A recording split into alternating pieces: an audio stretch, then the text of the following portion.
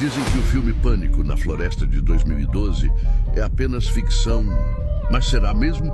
O que poucos sabem é que sua trama foi inspirada em relatos sombrios das montanhas da Virgínia.